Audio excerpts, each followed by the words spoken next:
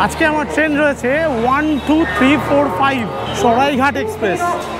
3 টায়ারের থেকে ইকোনমি ক্লাসের সিট একটু সরু হয়। একটা অসাধারণ সানসেট হচ্ছে হাওড়া থেকে এনজেপি পর্যন্ত, তার মাঝে 7খানা স্টপেজ রয়েছে এই ট্রেনের। সবাই একসাথে মিট করে তারপরে সবাই মিলে একসাথে বেরোবো। চলুন, আমরা সোনাদা ক্রস করে এখন ঘুমের দিকে যাচ্ছি। এরকম একটা কটেজের সামনে থাকলে, এরকম একটা বাড়ি গ্রামের মধ্যে, আর এরকম গ্রাম যেখানে সারাক্ষণ মেঘ ওপর দিক থেকে নিচের দিকে নামছে, দেখুন আমার পিছনে দেখা যাচ্ছে এখনো পর্যন্ত। গুড আফটারনুন সবাইকে, আবারও একটা নতুন ট্রেন জার্নির ভিডিওতে আপনাদের সবাইকে স্বাগত জানাচ্ছি। আজকে জার্নি শুরু হচ্ছে হাওড়া রেলওয়ে স্টেশন থেকে, আর এই জার্নিটার জন্য আমি বহুদিন ধরে অপেক্ষায় ছিলাম, আর আমি প্রচুর এক্সাইটেড। তার কারণ বহুদিন পরে আমি আবার যাচ্ছি নর্থ বেঙ্গলে। ঘড়িতে এখন সময় হচ্ছে 3:25 বাজে। আজকে আমার ট্রেন রয়েছে 1 2 3 4 5 সরাইঘাট এক্সপ্রেস। আমি এখন রয়েছি প্ল্যাটফর্ম নাম্বার 11-এর পাশে, আর যাচ্ছি হচ্ছে 15 নম্বর প্ল্যাটফর্মে। 15 নম্বর থেকে সরাইঘাট ছাড়বে। হাওড়া স্টেশন থেকে সরাইঘাট এক্সপ্রেস ছেড়ে যায় 4:05। ঘড়িতে সময় এখন 3:30 বাজে। আমি এখন রয়েছি হাওড়া মেট্রো সাবওয়ের ঠিক পাশেই 15 নম্বর প্ল্যাটফর্মে।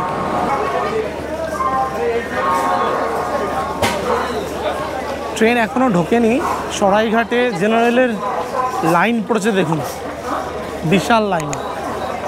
যাদের এসি রয়েছে রিজার্ভেশন তাদের একটু এগিয়ে যেতে বলছে 15 নম্বর প্ল্যাটফর্মের সামনের দিকে। চলুন এগিয়ে যাই। ঘড়িতে সময় এখন 3:42 বাজে, আর সরাইঘাট এক্সপ্রেস দিচ্ছে 15 নম্বর প্ল্যাটফর্মে।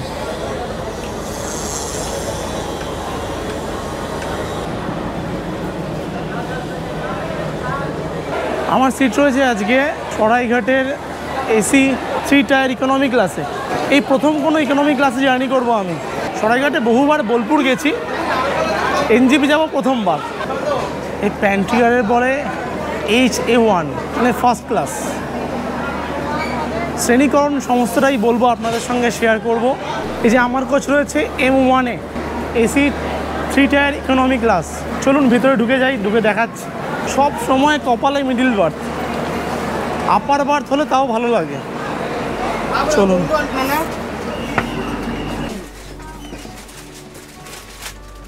একদম চিল এসি আছে। 59 টু সাইড। আমার সিট এখানে 34 মিডল বার্থ। 3 টায়ার থেকে ইকোনমি ক্লাসের সিট একটু সরু হয়। নতুন কোচ, পরিষ্কার পরিচ্ছন্ন আর সুন্দর কালার দেখুন একবার। ব্ল্যাঙ্কেট রয়েছে, এর মধ্যে বালিশ রয়েছে, আর এখানে জানলাতে পর্দা, এখানে একটা আয়না রয়েছে, আর চার্জিং সকেট তো এখানে রয়েছেই। এখানে একটা লাইট রয়েছে, মানে প্রত্যেকের বেডের জন্য একটা লাইট। লোয়ারে একটা লাইট, মিডিল লাইট, এবং আপারেও লাইট রয়েছে। দেখুন আপারে লাইট বেশ ভালো, পরিষ্কার পরিচ্ছন্ন আছে। আমার এখনও কোনো এখানে প্যাসেঞ্জার আসেনি। দেখাই আপনাদের বাথরুমের জায়গাটা জার্নি শুরুতেই। এদিকে একটা বেসিন রয়েছে, এদিকে আয়না, আর এখানে রয়েছে ডাস্টবিন। ডাস্টবিনে প্লাস্টিক দেওয়া রয়েছে, আর এদিকে দুটো, সামনের দিকে দুটো ওয়াশরুম। এই হচ্ছে সরাইঘাটের ইকোনমি ক্লাস 3 টায়ারের ওয়াশরুমের ভেতরে রয়েছে আমি। মধ্যেই ভিতরে একটা বেসিন রয়েছে, হ্যান্ড ওয়াশ, আয়না, আর এদিকে কোমোড রয়েছে, আর এখানে টিস্যু পেপার দেওয়া রয়েছে। ঘড়িতে সময় 4:06 বাজে এখন। সরাইঘাট এক্সপ্রেস হাওড়া রেলওয়ে স্টেশনের 15 নম্বর প্ল্যাটফর্ম ছেড়ে যাচ্ছে।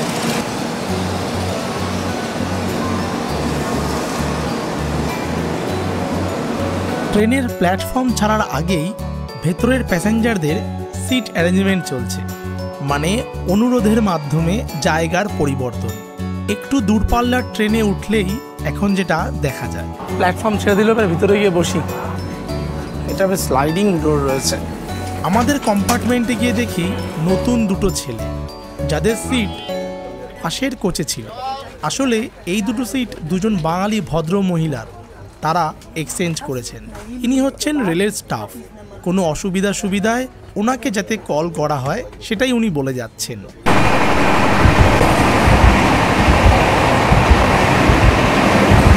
সেদিন দুপুরের দিকে আকাশে কেমন যেন মেঘ করেছিল।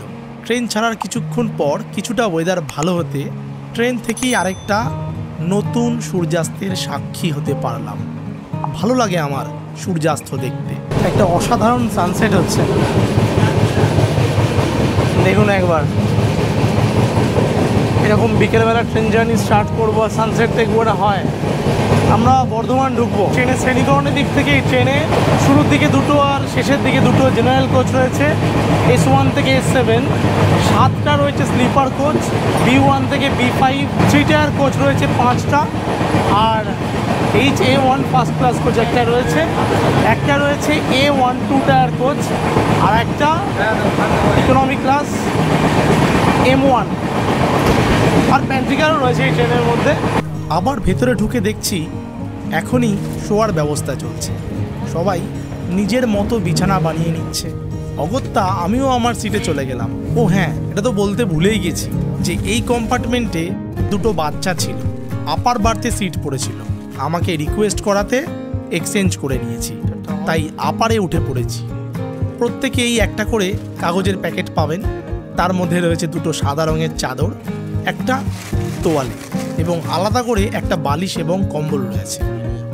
এসি ভেন্টগুলো একদম মাথার সামনে থাকায় প্রচুর ঠান্ডা লাগছিল, আর আমাদের কোচটাও ভীষণ ঠান্ডা ছিল। মিডল বার্থের প্যাসেঞ্জার এখনই লাইট বন্ধ করতে বলছিলেন।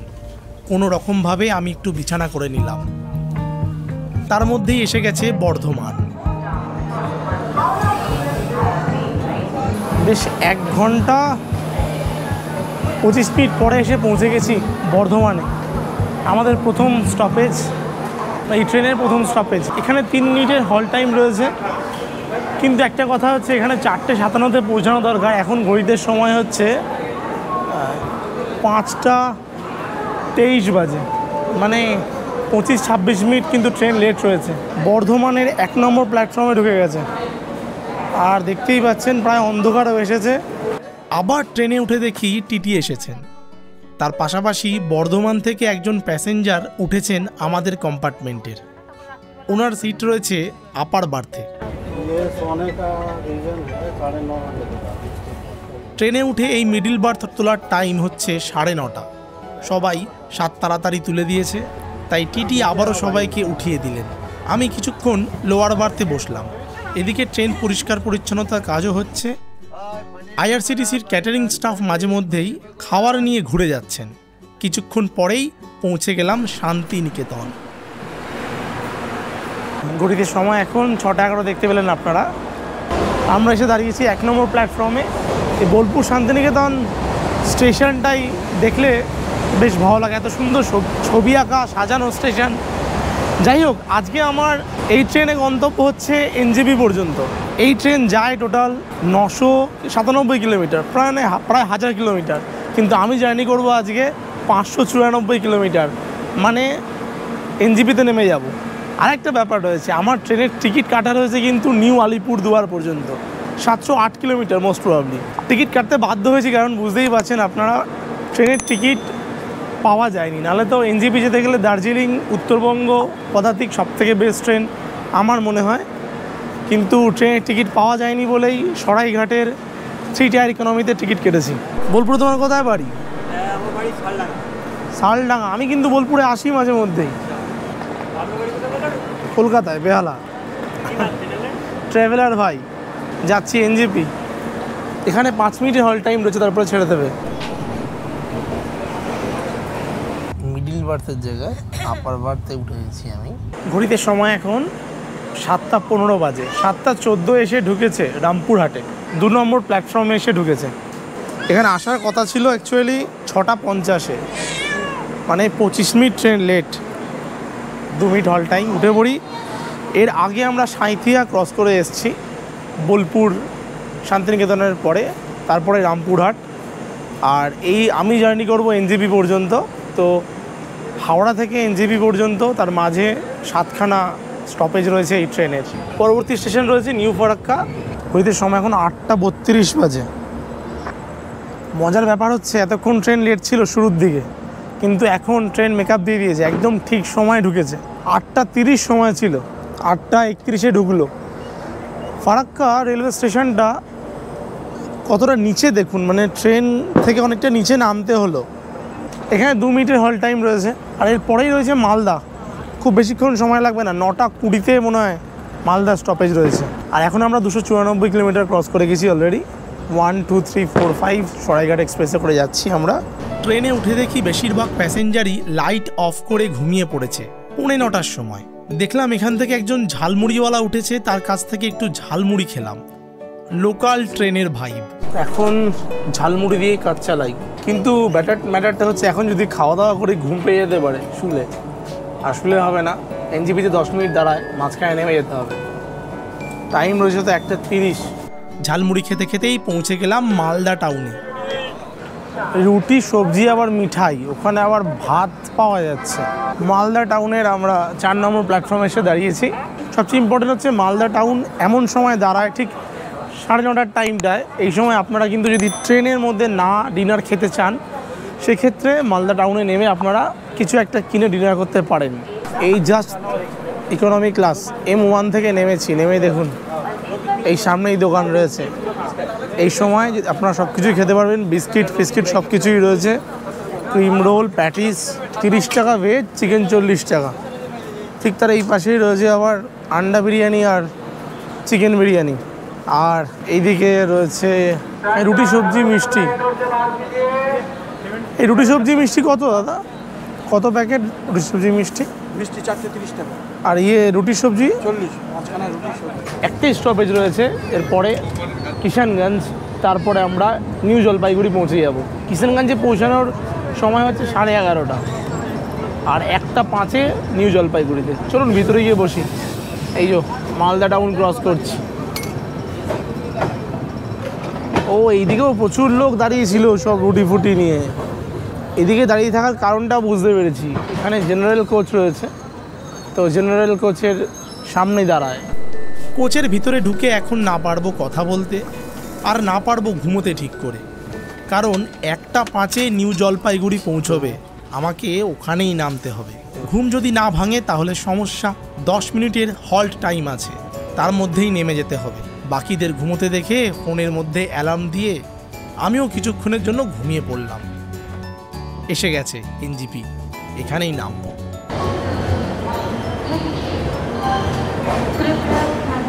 এখন 1:20 বাজে, মানে জাস্ট 15 মিনিট লেট করেছে, লেট করে এনজিপিতে ঢুকিয়ে দিয়েছে। এনজিপিতে নামলাম, প্রচুর ভালো জার্নি, আর মাঝে 1 ঘন্টা ঘুমিয়েও পড়েছি। যে সময় ঠিক কিষানগঞ্জ ক্রস করেছে ওই সময়টা ঘুমিয়ে পড়েছিলাম। আর এই জিনিসটা বলতেই হয় যে এত চিল্ড ঠান্ডা ছিল এই 3 টায়ার ইকোনমিতে। ওরে বাবা, প্রচণ্ড ঠান্ডা ছিল, গায়ে কম্বল দিয়ে চাদর দিয়ে ঠান্ডা লাগছে। এসি ইভেন্ট লাস্টে টাওয়াল দিয়ে আমাকে বন্ধ করতে হয়েছে। এখন 1টা বাজে, প্রথমে দেখব স্টেশনে রিটায়ারিং রুম, যদি না পাই, আমি অনলাইন চেষ্টা করেছি, বুক করা সব বুক দেখাচ্ছিল, তো এখানে এসে দেখি একবার কথা বলে অফলাইন, যদি হয়ে যায় ভালো, না হলে বাইরে কোনো রুম নেব নিয়ে আজকে রাত্রে এখানে সময় কাটাবো। তার আগে কিছু খাওয়ারও আছে, চলুন আগে দেখি। এই যে প্ল্যাটফর্মে দাঁড়িয়ে রয়েছে ট্রেন 1 নম্বরে, আর ঠিক এই জায়গাতেই উপরে দেখুন way to retiring and dormitory. এখান থেকে উপরে চলে যেতে হবে। এসি রিটায়ারিং রুম আর এসি ডরমেটরি, সামনেই রয়েছে reception. Dormitory online full booked, অনেকবার রিকোয়েস্ট করলাম কিন্তু হলো না। ঠিক এই জায়গাটা আমাদের অনেকেরই চেনা। এই এসকেলেটার চালু হয়েছে পরে, তারও আগে এটা ছিল। যখন প্রথম পাহাড়ে আসি তখন এখান থেকে উঠেই এনজিপি রেলওয়ে স্টেশন থেকে বেরিয়েছি। আর এখন এই সময় দেখুন রাত 1:30 বেজে গেছে, ফাঁকা রয়েছে একদম। রিটায়ারিং রুমে ডরমেটরি কোনো বেড না পাওয়ায় স্টেশনের পাশেই একদম একটা সিঙ্গেল বেডরুম নেওয়ার চেষ্টা করলাম। এই কাকা আমাকে নিয়ে এসছে। ওকে হয়ে যাবে, একটু ওয়াশ। আপনারা যারা এনজিপি এসে রাত্রেবেলা কোনো জায়গায় থাকতে চাইছেন, তাদেরকে বলে রাখি আমি এলাম তিরুপতি লজে। এটা স্টেশন থেকে ওয়াকিং ডিস্টেন্স 2 থেকে 3 মিনিট। এই রুমটা পেয়েছি। রুমটা মোটামুটি রাতটা কাটানোর জন্য ঠিক আছে। ওয়াশরুম রয়েছে, পরিষ্কার পরিচ্ছন্ন রুম। 600 টাকাতে পেলাম। কালকে সকালে 7টা-8টার মধ্যে বেরিয়ে যাবো। ঘন্টা 4 ঘুমাবো, তারপরে উঠে পড়বো। টাটা, কাল সকালে দেখা হচ্ছে। Good night. হাত মুখ ধুয়ে একটু ফ্রেশ হওয়ার পরে সেদিন রাত্রেবেলা স্টেশনের পাশেই কল্পনা রেস্টুরেন্ট থেকে রুটি তড়কা খেয়ে তারপরেই গিয়ে ঘুমিয়েছিলাম। গুড মর্নিং সবাইকে।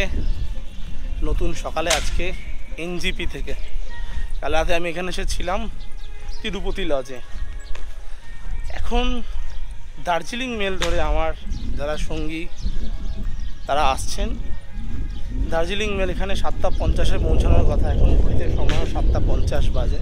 সবাই একসাথে মিট করে তারপরে সবাই মিলে একসাথে বেরোবো। চলুন।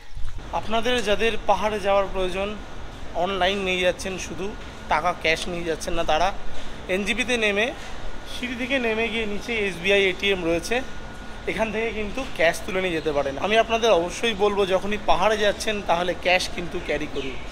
দার্জিলিং মেল চলে এসেছে। দার্জিলিং মেলে আমার 5 জন সঙ্গী আজকে আসছে, আর পরে একজন সঙ্গী আমাদের ট্রেকের মাঝেই অ্যাড হবে, সেটা আপনাদের পরে দেখাবো। তো ড্রাইভার দাদা চলে এসেছে আমাদের এই গাড়ি সুমো গোল্ড করে আমরা বেরোবো। বাকিরা সবাই ঠিক সময়ে চলে আসায় নিংমা ভাই সবার লাগেজ গাড়ির উপরে প্লাস্টিক চাপা দিয়ে বাঁধার পর আমরা বেরোলাম। আমাদের এখনের গন্তব্য হচ্ছে গুরদুম ভিলেজ। আজ আমরা কার্শিয়াং হয়ে সোনাদা থেকে ঘুম পৌঁছে সেখান থেকে সুকিয়া পোখরি যাব, তারপরে মানেভাঞ্জান হয়ে পৌঁছাবো গুরদুম। বেশ কিছুটা এগিয়ে আমরা 3 ধারা ভিউ পয়েন্টে দাঁড়িয়েছি। এখানেই আমরা ব্রেকফাস্ট করব। এই জায়গাটা অসাধারণ। এটা ভিউ পয়েন্ট, পুরো ভ্যালি পাওয়া যায় দেখতে এখানে। আর এই যে আমাদের গাড়ির সামনে রয়েছে, এখানে দাঁড়িয়ে আর আমরা এখানে বসে খাবো। সবাই মিলে ম্যাগি অর্ডার দিয়ে গরম গরম ম্যাগি খেয়ে আবারও বেরোলাম। আমার সঙ্গে আজ রয়েছে 5 জন। এদের সবার সঙ্গে আপনাদের আগে গিয়ে আলাপ করাচ্ছি। চলুন। অনেক দিন পর আবারও পাহাড়। আমি শেষ পাহাড়ে গেছিলাম মে মাসে। যতবারই আসি না কেন পাহাড় প্রতিবারই নতুন লাগে। আর এই যে রাস্তা ধরে আমরা যাচ্ছি এটি হিলকাট রোড। এই পথে বেশ কিছু ট্যুরিস্ট ডেস্টিনেশন পড়ে।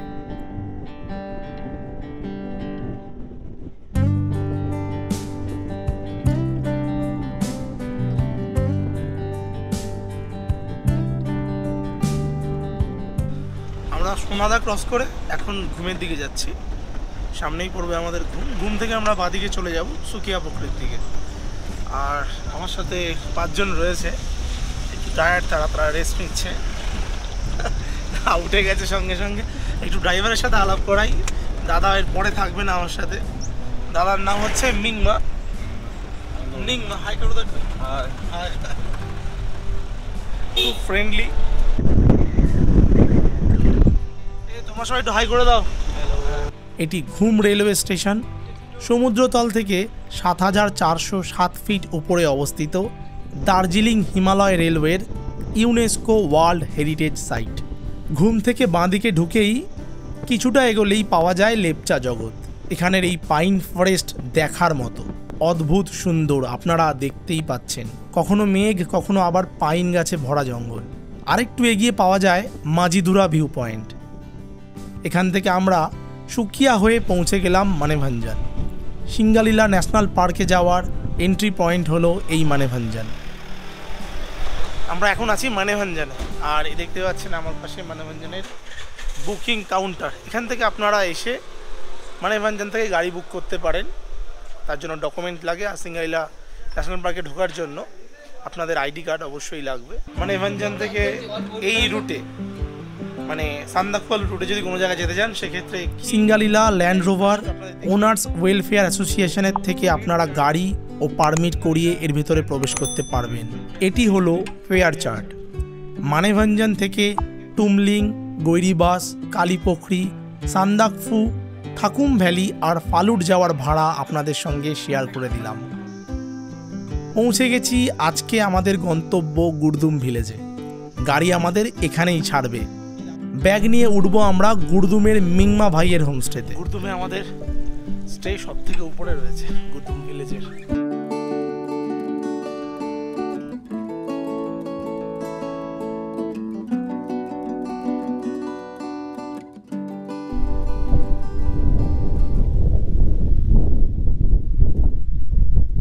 একবার ভিউটা দেখুন খালি, এরকম একটা জায়গা গুরদুম, এটা গুরদুম ভিলেজ। তার প্রায় উপরে বলতে পারেন, উপরের দিকে এই ক্যাম্পে আজকে আমরা থাকবো।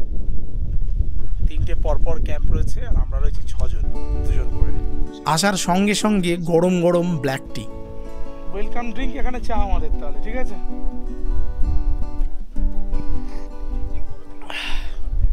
কি অনুভূতি বলে বোঝাতে পারবো না। সামনে মেঘ দেখুন, মানে এক রাশ মেঘ ঢুকছে এক সাইড থেকে, কখনো ভরে যাচ্ছে কখনো ফাঁকা হয়ে যাচ্ছে। এদিকে পাইন গাছগুলো আলাদাই ল্যান্ডস্কেপ তৈরি করেছে, দুর্দান্ত। চাটা খেয়ে নি, তার 15 মিনিট পরে আমরা আবার লাঞ্চ করে নেবো। এই সবার কেমন লাগছে একটু বলো। ভালো লাগছে। এই ওয়েলকাম ড্রিঙ্ক পেয়ে তোমাদের কেমন লাগছে? আরো রিফ্রেশ, ঠান্ডায় গরম গরম চা, অসাধারণ। আর সাথে এরকম একটা সুন্দর ভিউ। ম্যাডাম ঠিক আছে তো? এই সবাই একটু ফ্রেশ ফ্রেশ হয়ে আবার আমরা লাঞ্চ করতে যাচ্ছি। ঘড়িতে সময় এখন 2:45 বাজে। আমাদের স্টে অপশনগুলো সেই ওপরে রয়েছে, কটেজ, আর এটা হচ্ছে ডাইনিং রুম।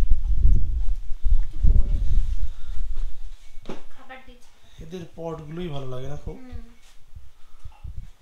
কি সুন্দর সাজানো আছে।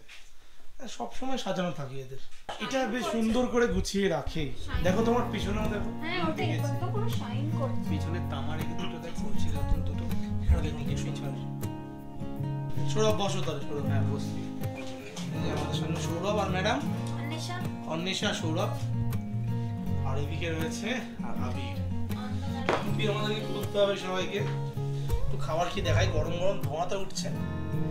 এটা এখানকার মিক্স করলা সবজি, মিক্স, আচ্ছা লোকাল লোকাল বলছে, লোকাল করলা সবজি আছে। আর কি আছে? এটা ডিমের ঝোল আলু দিয়ে, আচ্ছা ওটা ডাল, স্যালাডে আছে, যে ডাল রয়েছে এখানে, স্যালাডে পেঁয়াজ, মূলো আর লঙ্কা, পেঁয়াজগুলো, আর এই হচ্ছে পাঁপড়। পাঁপড় আর গরম গরম ভাত দিয়ে।